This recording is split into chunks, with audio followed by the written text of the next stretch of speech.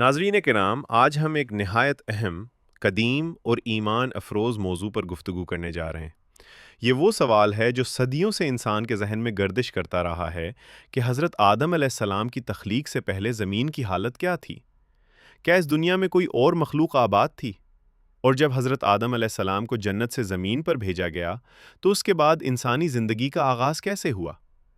دینی روایات اور تفاسیر سے معلوم ہوتا ہے کہ انسان سے پہلے زمین پر جنات آباد تھے۔ انہیں آگ سے پیدا کیا گیا تھا اور انہیں اختیار بھی دیا گیا تھا، مگر وقت گزرنے کے ساتھ وہ زمین میں فساد پھیلانے لگے، خون ریزی کرنے لگے اور اللہ کے احکامات سے دور ہو گئے۔ چنانچہ اللہ تعالیٰ کے حکم سے فرشتوں نے زمین پر آ کر ان سرکش جنات کا مقابلہ کیا۔ بہت سے جنات ہلاک ہوئے اور باقی دور دراز علاقوں، جزیروں اور ویران خطوں کی طرف چلے گئے۔ یوں زمین انسان کی آمد کے لیے تیار کی گئی۔ پھر اللہ تعالیٰ نے اپنی قدرت کاملہ سے حضرت آدم علیہ السلام کو مٹی سے پیدا فرمانے کا فیصلہ کیا۔ روایات میں آتا ہے کہ زمین کے مختلف حصوں سے مٹی لی گئی، اسی لیے انسانوں کے رنگ، مزاج، شکلیں اور طبیعتیں مختلف ہیں۔ اس مٹی کو گوندھا گیا، پھر وہ خشک ہو کر بجنے والی مٹی بنی، اور آخر کار اللہ تعالیٰ نے اس میں روح پھونکی۔ جو ہی روح جسم میں دنے ہوئی، حضرت آدم علیہ السلام زندہ ہو گئے، اور آپ کی زبان سے پہلا کلمہ الحمدللہ ادا ہوا۔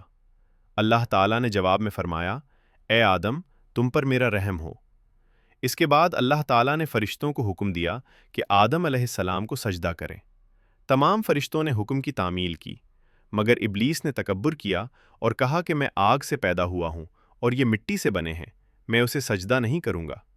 یہی غرور اس کی ہمیشہ کی لعنت کا سبب بن گیا، اور وہ قیامت تک انسان کو گمراہ کرنے کا دشمن بن گیا۔ اللہ تعالیٰ نے حضرت آدم علیہ السلام کو جنت میں ٹھہرایا، جہاں ہر نعمت موجود تھی، مگر تنہائی کے احساس کو دور کرنے کے لیے اللہ نے حضرت حوا علیہ السلام کو حضرت آدم علیہ السلام کی پسلی سے پیدا فرمایا، تاکہ وہ آپ کے لیے سکون اور راحت کا باعث بنے۔ دونوں جنت میں خوشی سے رہنے لگے، مگر ایک درخت کے قریب جانے سے منع کیا گیا تھا۔ شیطان، جو پہلے ہی دشمنی کا عہد کر چکا تھا، وسوسوں کے ذریعے انہیں بہکانے لگا۔ اس نے کہا کہ اگر تم اس درخت کا پھل کھا لوگے تو ہمیشہ زندہ رہو گے یا فرشتوں میں شامل ہو جاؤ گے۔ بالآخر وہ لمحہ آ گیا جب دونوں سے لغزش ہو گئی اور انہوں نے درخت کا پھل چکھ لیا۔ فوراً ہی انہیں اپنی غلطی کا احساس ہوا، شرمندگی طاری ہو گئی اور وہ جنت کے پتوں سے خود کو ڈھانپنے لگے۔ اسی وقت اللہ تعالیٰ کی طرف سے حکم آیا کہ اب تمہیں زمین پر اترنا ہوگا، مگر یہ نزول سزا کے ساتھ ساتھ امتحان بھی تھا، کیونکہ زمین ہی انسان کی آزمائش گاہ بننے والی تھی۔ حضرت آدم علیہ السلام اور حضرت حوا علیہ السلام نے نہایت عاجزی سے توبہ کی۔ اے ہمارے رب، ہم نے اپنی جانوں پر ظلم کیا، اگر تو نے ہمیں معاف نہ کیا تو ہم خسارہ پانے والوں میں ہو جائیں گے۔ اللہ تعالیٰ نے ان کی سچی توبہ قبول فرما لی اور رحمت کے دروازے کھول دیے۔ روایات کے مطابق حضرت آدم علیہ السلام کو سراندیب سری لنکا میں اور حضرت حوا علیہ السلام کو جدہ کے قریب اتارا گیا۔ ایک طویل عرصہ جدائی میں گزرا، آنسوؤں اور دعاؤں میں وقت گزرا، یہاں تک کہ اللہ کے حکم سے دونوں کی ملاقات میدان عرفات میں ہوئی۔ یہی وجہ ہے کہ اس مقام کو پہچان اور ملاقات کی سرزمین کہا جاتا ہے۔